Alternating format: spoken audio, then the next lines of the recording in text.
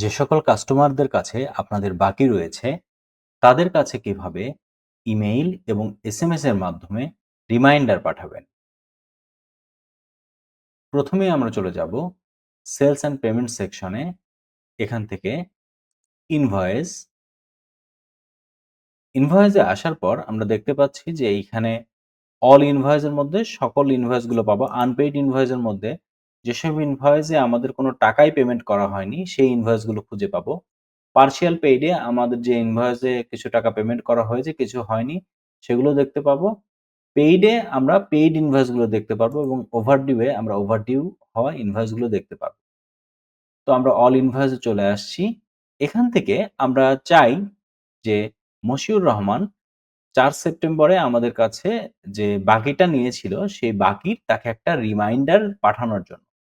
তো রিমাইন্ডার পাঠানোর জন্য খুব সহজেই আমরা সেন্ড রিমাইন্ডার বাটনে ক্লিক করব। এই রিমাইন্ডারটা আমরা এসএমএস এ দিতে চাচ্ছি অথবা ইমেইলে দিতে চাচ্ছি।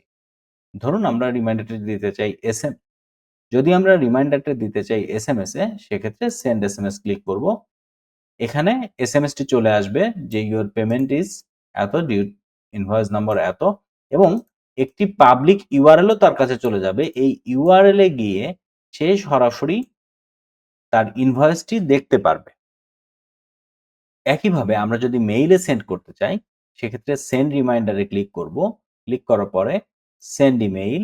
সেন্ড ইমেইলে ক্লিক করার পরে আমরা দেখতে পাবো মেইলেও একইভাবে আমাদের ইমেইলটি তার কাছে চলে যাবে।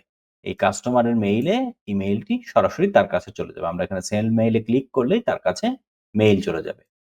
এভাবে খুব সহজেই যে সকল কাস্টমারদের কাছে আমরা বাকি টাকা পাবো তাদেরকে আমরা এসএমএস এবং ইমেইলের মাধ্যমে রিমাইন্ডার সেন্ড করতে পারবো।